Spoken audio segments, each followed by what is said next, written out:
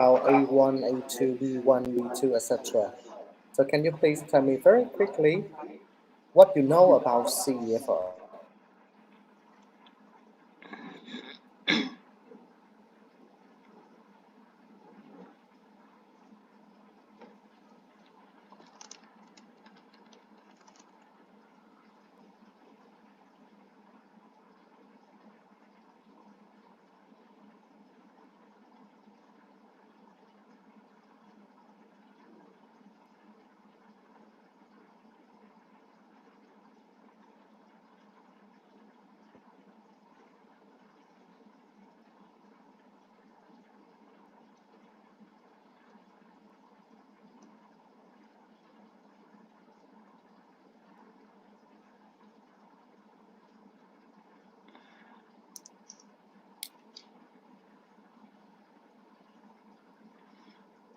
Anyone?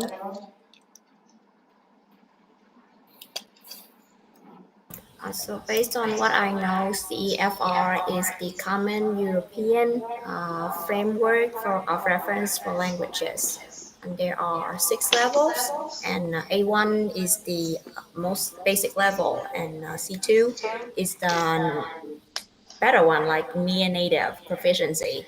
So each level we have different kinds of descriptions, and that will outline the knowledge and the skills of that level. So this is a common way to assess the language proficiency, and some textbooks are written based on that framework too. Very good. Okay, very good and very neat. But there is a point I would like you to clarify. You mentioned that CFR is a way to access the students. Can you please say why you say so?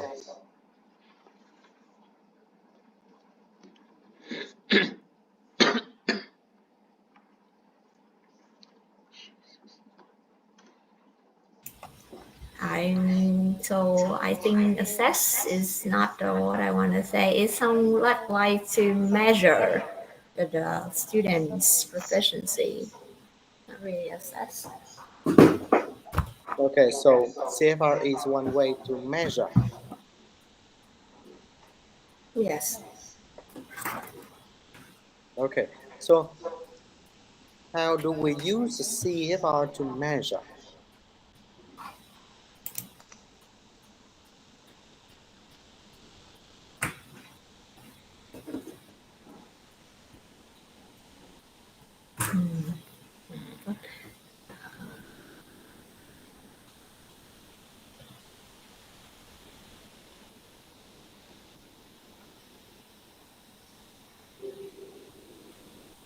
So in each level, we have different descriptions, and we can use those descriptions to measure students' competency, maybe competence. Okay, yeah. Okay, I get your point. You said that there are a number of descriptions for each level, and we will use the descriptions to measure the students. Measure what of the students? Measure their performance. Thank you. Measure their performance, their English language performance, or their proficiency. Right, their language proficiency. Thank you very much. Some people claim that CEFR is a test. Do you agree?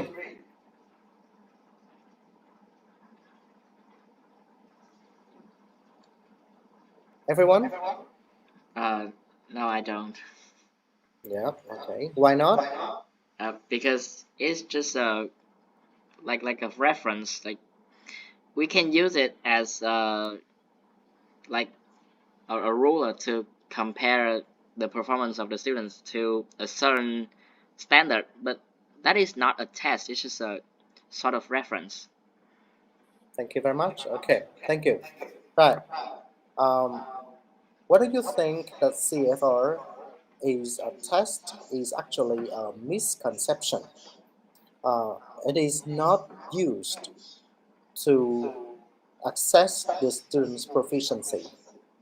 Actually, it is a tool for you or a benchmark for you to match the student's current performance or student's current proficiency level with the already described statements, or in this case, the can-do statements.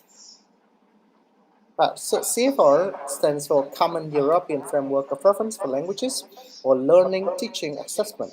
This is a full name of the CFR.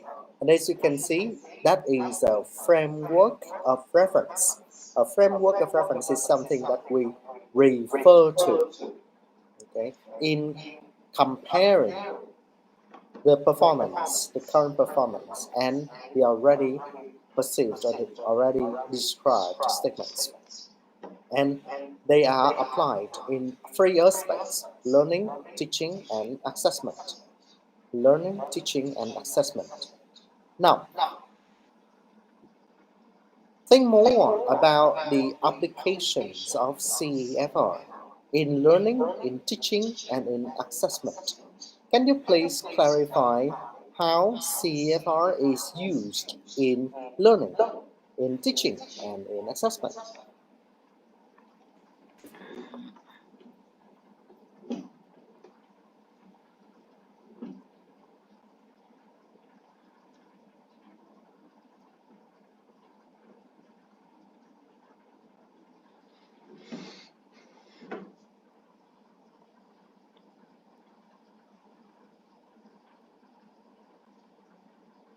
Uh, I have an idea, but I don't know if it's correct or not.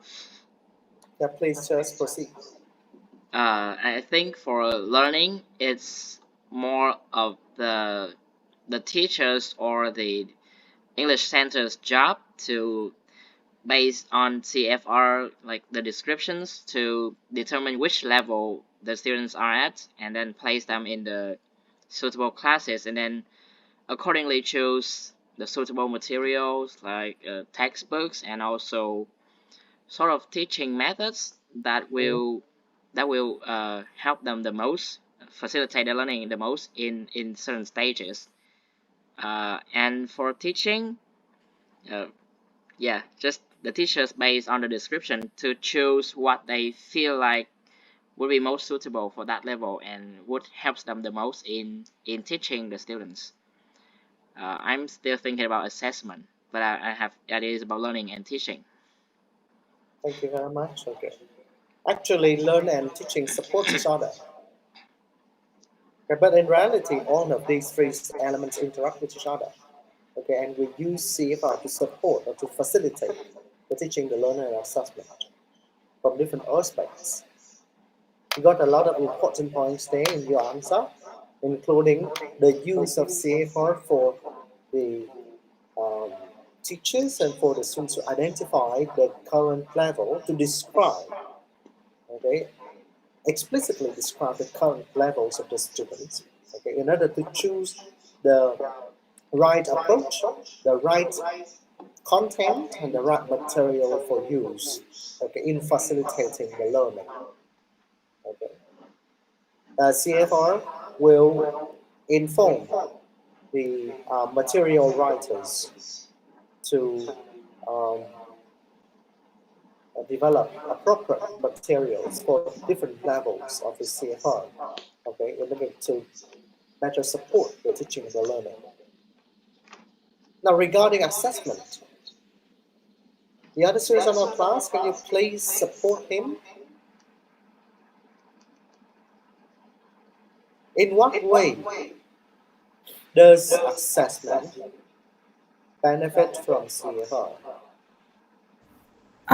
So I personally think that the CEFR can be used to assess learners' language proficiency in a Mhm. standardized way. For example, teacher can use the descriptors of the CEFR level to evaluate the learner's reading, writing, listening, and also speaking skills.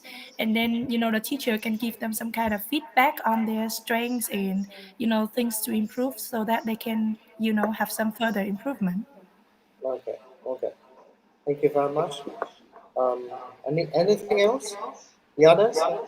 You would like to add anything?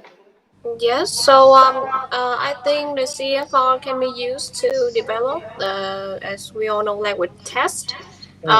that are aligned with the six proficiency levels, Yeah. and the associated can-do statements in the descriptors. So these statements can help ensure that the tests are valid and reliable measures of the language proficiency of the students. Okay. Thank you very much. So, in terms of assessment, CFR supports both formative and summative assessment. Okay, it tells us exactly the ultimate goals that you want the student to achieve, and based on that, what kind of assessments that are properly developed in order to support the assessing of uh, different learning goals of the students. For example, your goals is that you would like your students to achieve level B1. So the assessment item need to be valid in the sense that they will help measure if the students achieve B1 or not. Okay, so they will support in terms of formative and also in terms of summative to develop appropriate assessment tools for teachers and for the schools to use in assessing the students. Okay, but you should be very careful when you use the word standardized. Standardized.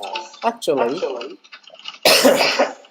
there has been a shift from um, norm-based and criterion-based assessment, which means that we compare the performance of those different students, or we compare each individual student's performance with certain standards. So CFR has been used to support this shift when we no longer compare the performance of individual students, but we compare the students with standards so that we can support them better in the teaching and the learning. The word standardize can only be used for the standardized assessment or the standardized test, like the IELTS or the TOEFLs, where we have rigorous procedures for the designing test in order to measure the student's performance or proficiency. It's okay. So very good points there. Now I'm going to let you watch a very short video introducing the CFR. Please summarize with some keynotes about the uses of the CFR and give a quick report and then tell me what you think about those benefits. Mm-hmm.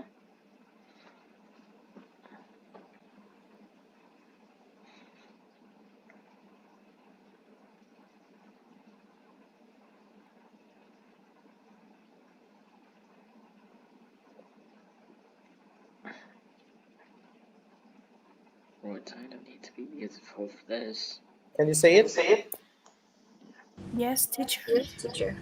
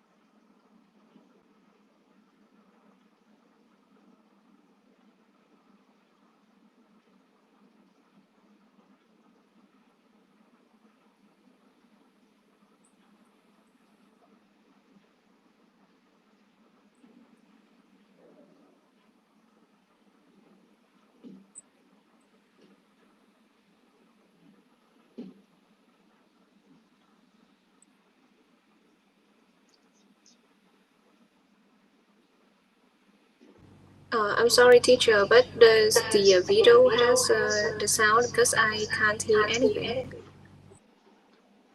Sorry? I can't hear anything from the video. Is that only my fault, or what about others? The other students, can you hear the sounds? No, teacher, I cannot hear the sound. Okay.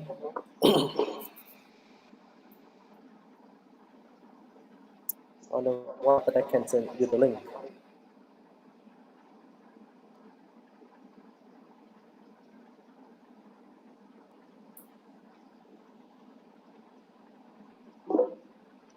You may want to click on the link, which I just sent in the Zello group, and then just watch from there. It's about 3 minutes.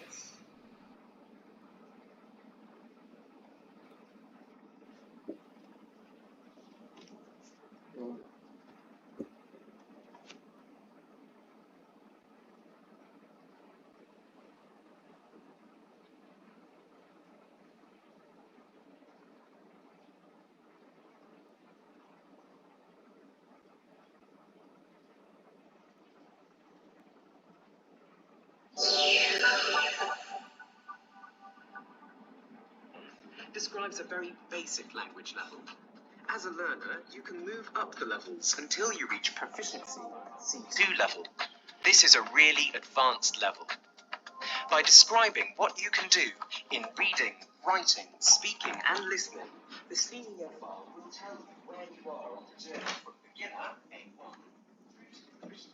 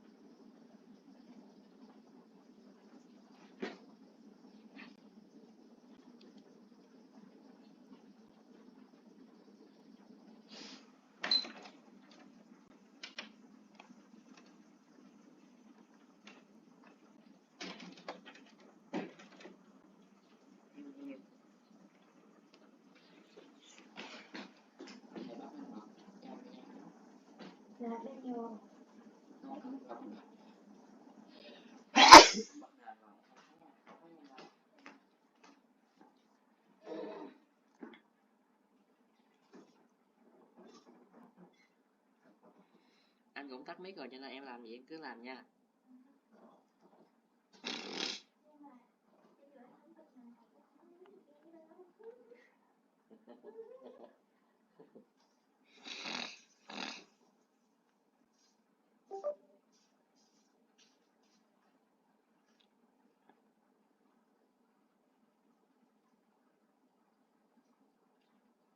Okay, have you finished watching the video?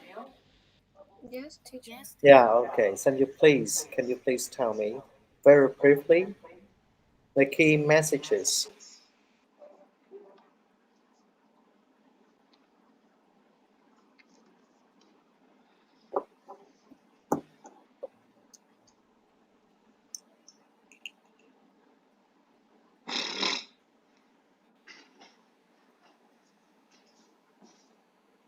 So firstly, according to the video, the CFR provides objective ways to describe the language skills Mm, of learners of all kinds, and so it basically has 6 levels from beginners to advanced one. mm.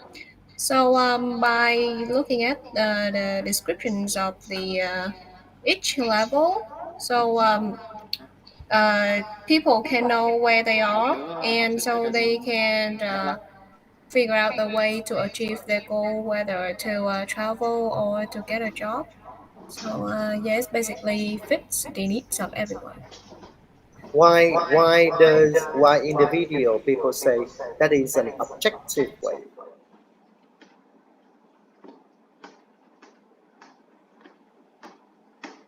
How do we understand the word objective here? So I think that because like different people may have different opinion about the language ability of a person, so it may be subjective, and we need an objective way to describe the language so that everyone could agree on. That's good. That's very important point. And yeah, that helps, you know, get rid of all kinds of arguments, all kind of controversies regarding the language levels of the students. And that may also reduce the risk of uh, controversies among other related aspects. For example, when you would like to say, okay, I am going to design a test, why such a test is so difficult? No, this is not difficult because my test complies well with the CFR level. So in that case, the CFR can be used, okay,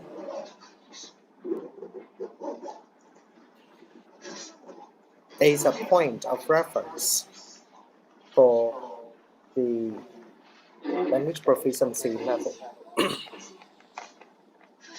So that's why the word objective here can be referred to as transparent. Transparency. You know that word? Transparency? Yeah, okay. Transparency means making everything clear and explicit. Okay, so that everybody agrees on. It's a very good point here that we should keep in mind. It's very it's a very good benefit of the CFR.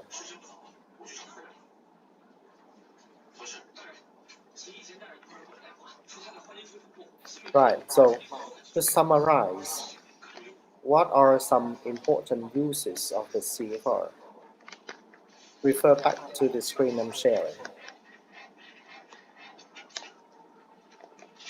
Okay, can you see that?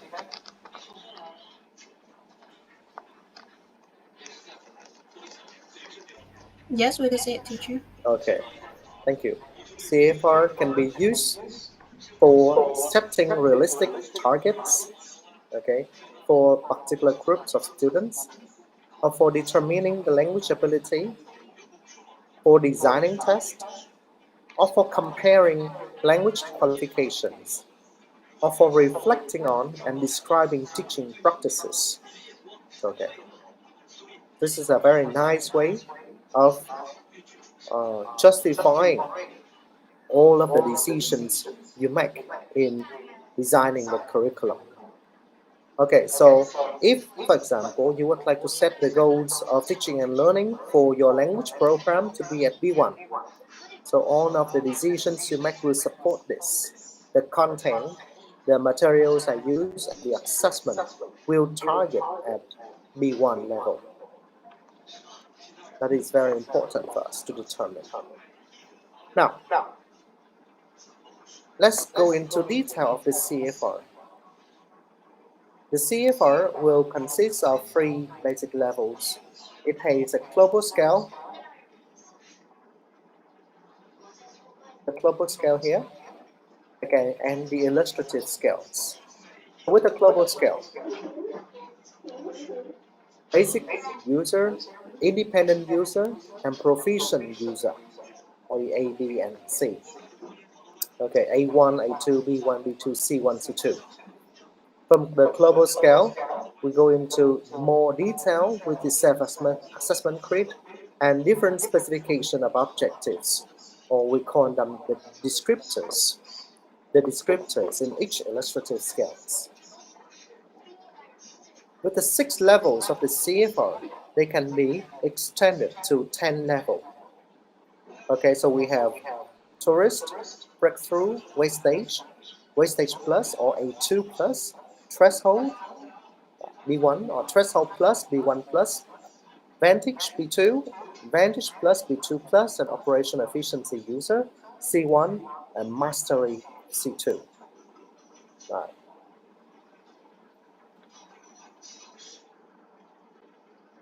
Here are some um, ways that we can distinguish the differences among the levels of the CFR at the global scales. For example, A2 and B1. Now take a look at the points I highlighted in red and see how one level evolves to a higher level. Can understand sentences, frequently use expressions related to areas of most immediate relevance. Okay, most immediate relevance. So very basic personal family information like shopping, local geography, employment, etc. At B1 level, this is not just the areas of most immediate relevance. It is about familiar matters. Familiar matters. Another example, at A2, can communicate in simple and routine tasks, requiring simple and direct exchange of information on familiar and routine matters. But at B1, can produce simple connected text on personal interest. Okay, so it's not routine matters. It's at a higher level and from concrete to more abstract, from familiar to less familiar. Okay, so personal interest and the text or the input text here, whether it is spoken or written, they are connected. So the students have to, or the users have to demonstrate the ability to connect different pieces of information together in the language input. The last example, at A2, students can describe in simple terms aspects of his or her background, immediate environment, matters in areas of immediate need. I can describe experiences and events, dreams, hopes, ambitions, and briefly give reasons and explanations. So you can see that if the students can talk about abstract aspects like dreams, hopes, ambitions, that is B1. Or the students can demonstrate the reasoning ability, giving reasons because, okay, I like it because, and explain the reason why. That is B1 already. Okay. Okay, so there are some examples of the differences. Now I would like you to research more on the 2 important CFR documents. I'm going to send you on a Zalo group the 2 documents. The very first one is the CFR document in 2001, and the second one is a new CFR, which was just released in 2020. Right, so just 3 years ago. I would like you to proceed from one to the other and see the innovations of the new CFR document. Try to identify the new things that we can learn from the two.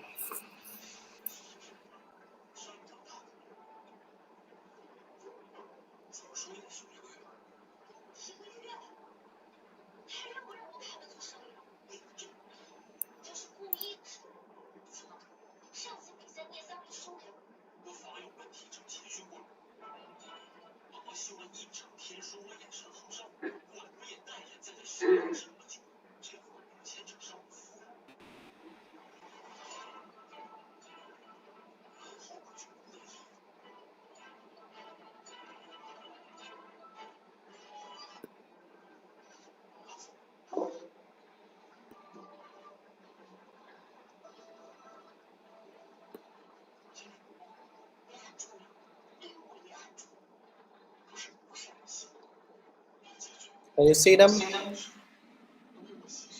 Yes, teacher. Okay. Now I repeat the task. Consult the CFR documents here, okay, especially the new one, the 2020, the last one. Okay, and tell me what the innovative things that have been made and what you think about it.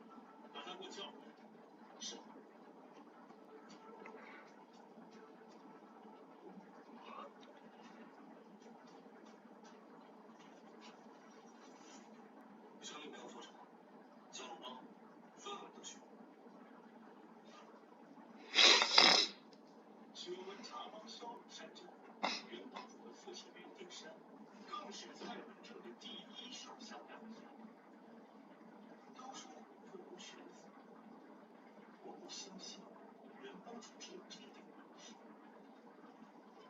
我父亲查是典型的这种需求。我现在只想带着钱留下来生日子，你想爱上，可别人不让你爱上。若是令玉轩知道了事情的真相，一定会将你助纣而后快。我是查报之后，令玉轩迟早查到我的真实身份，但是我早就已经做好了与他决一死战的准备。真相远不止于此。什么意思？你父亲不只是令玉轩的仇人，更是整个茶帮的仇人。你胡说什么？当年蔡文正和宁中天约好了向朝廷挥手，可是你父亲坚决不从，于是假冒蔡文正约见了宁中天，刺杀了。所以你父亲是整个茶帮的罪人。没有人可以污蔑我的父亲。这些人要是再敢血口喷人，我现在就弄死。不是我父亲怎么了？就是板上钉钉的事实，不信你自己去查。院长，宁宇轩的父亲是我的父亲杀的，所以你现在唯一的后路就是无条件的提名我，否则我很有一天让你那些茶帮的前辈们知道，谁才是让他们妻离子散的叛徒。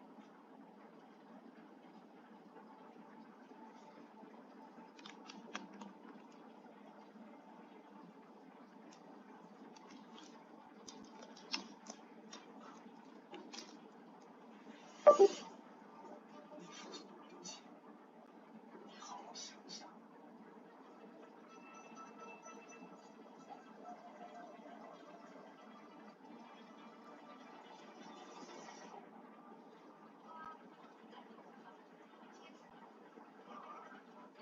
你这次回来怎么出兵？有什么事儿跟他说？你说的，你放心，我敌人呢？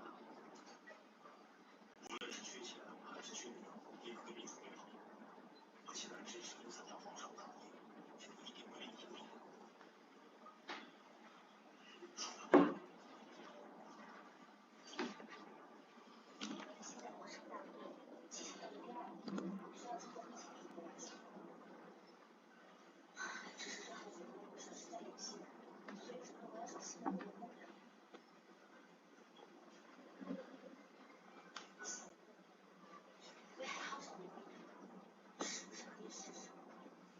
危害浩然，倒是各有各性。但是他们都是常年出海的武汉，父亲面对这种情形，恐怕效果不佳呀。听说的这里，哪里考虑？现在距离江湖还有一段时间，所以如果多教教大家，多让大家练习练习，说不定也可以做得很好。好，我就按你说的办。谢谢爹。不办。别难到我。别告诉我，你来医院了。是怎么了？就失魂落魄。没事。没事。别难过，你这样子可不像没事的，是不是？是怎么回事？来，别难过。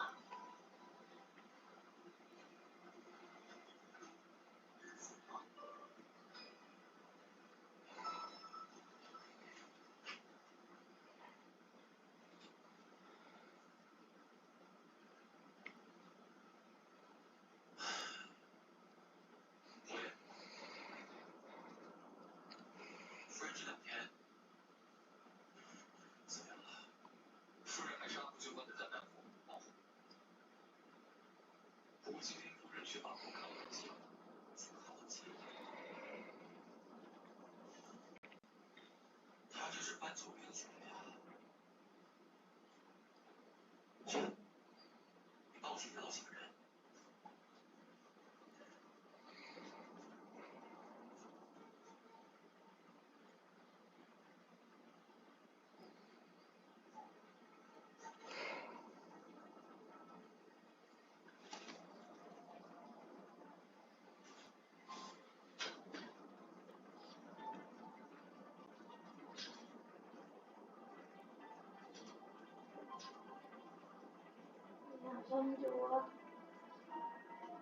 Chưa, còn lâu lắm anh mới xong.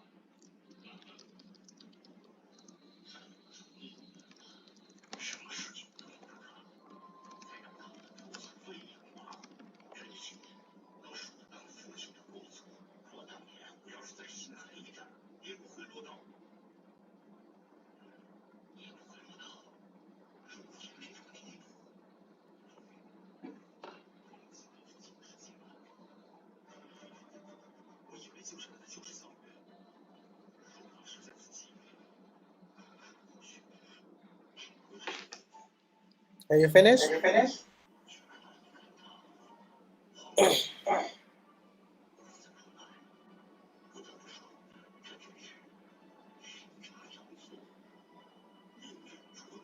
The simplest way is to compare the two tables of contents.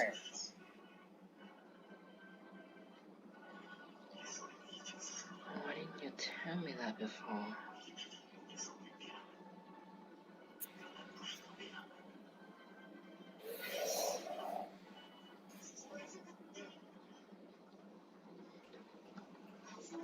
Please let me know if you have spotted the differences. No, we haven't.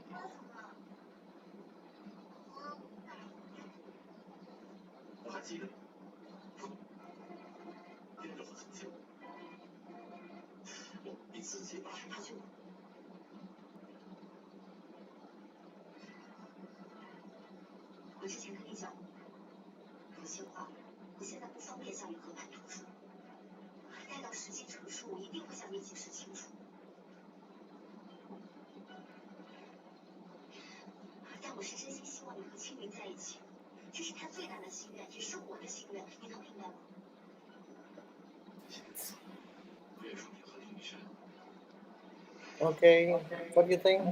What have you found? So I think yes, the new version uh, has updated the CFR illustrative descriptors by firstly they highlight some innovative areas of the CFR due to the change of the world recently, such as the inclusion of the mediation and plurilingual or pluricultural competence. This one hasn't been mentioned in the CFR 2001. Yeah. So the second point is that like the new Do you version. want, sorry, do you want to expand to your friends what mediation is and what is plurilingual, Okay, pluricultural? yeah. So mediation is like the skills that you need to like help others to like create communication. Uh, Help others create communication. Are you like sure? wait a minute. No, I get it. It's fine.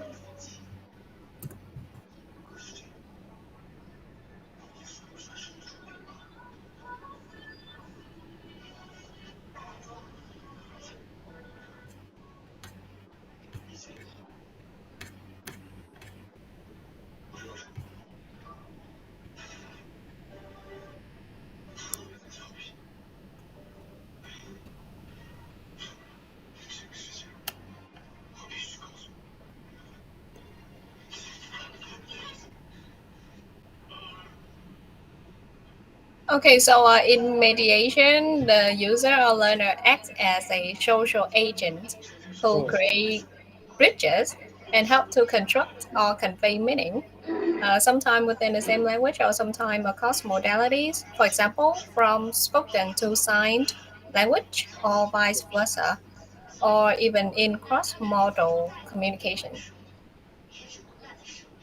Okay. Okay. Say something from your own words, your understanding.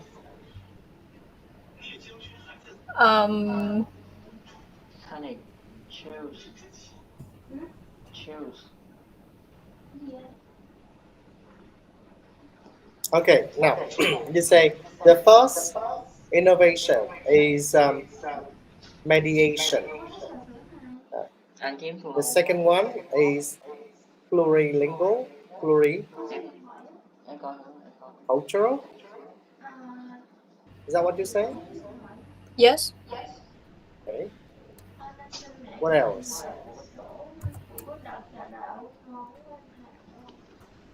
Well, let's see.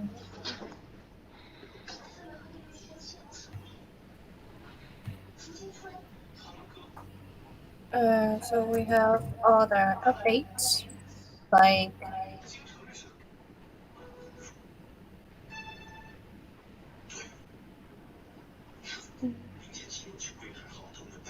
Okay. Plurilingual, pluricultural competence. What are they?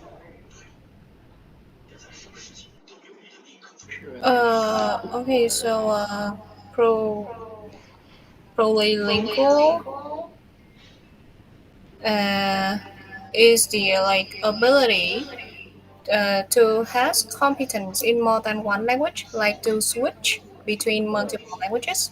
Okay. And about the pluricultural, like is like the ability to of a person to uh like act and react from the perspective of multiple multiple culture.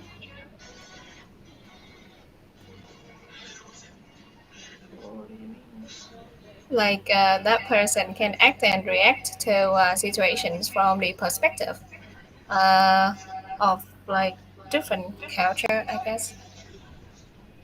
Yeah, okay. When we talk about plurilingual and pluricultural competence, they refer to the um, language and the cultural diversity.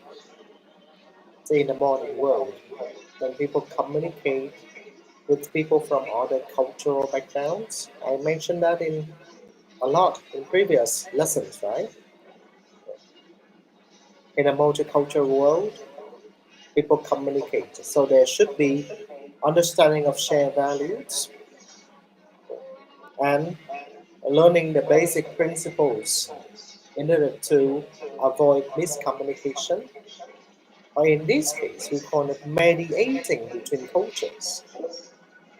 When you choose the appropriate weights for the use of language and also the appropriate attitudes, proper attitudes when communicating with people from other cultures, especially in respecting the differences, the people from other culture.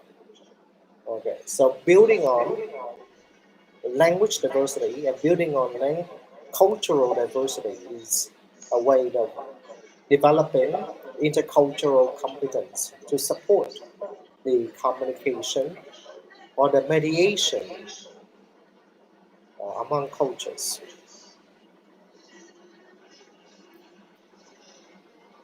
The word mediation is not very easy to translate into Vietnamese. Okay? This is the act of,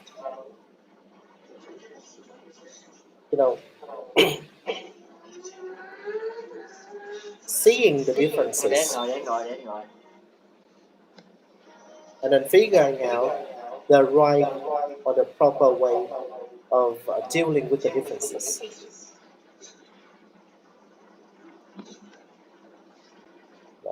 Yeah. There's still one more thing That is the innovation that evolves from the 2001 version. Anyone, can you spot?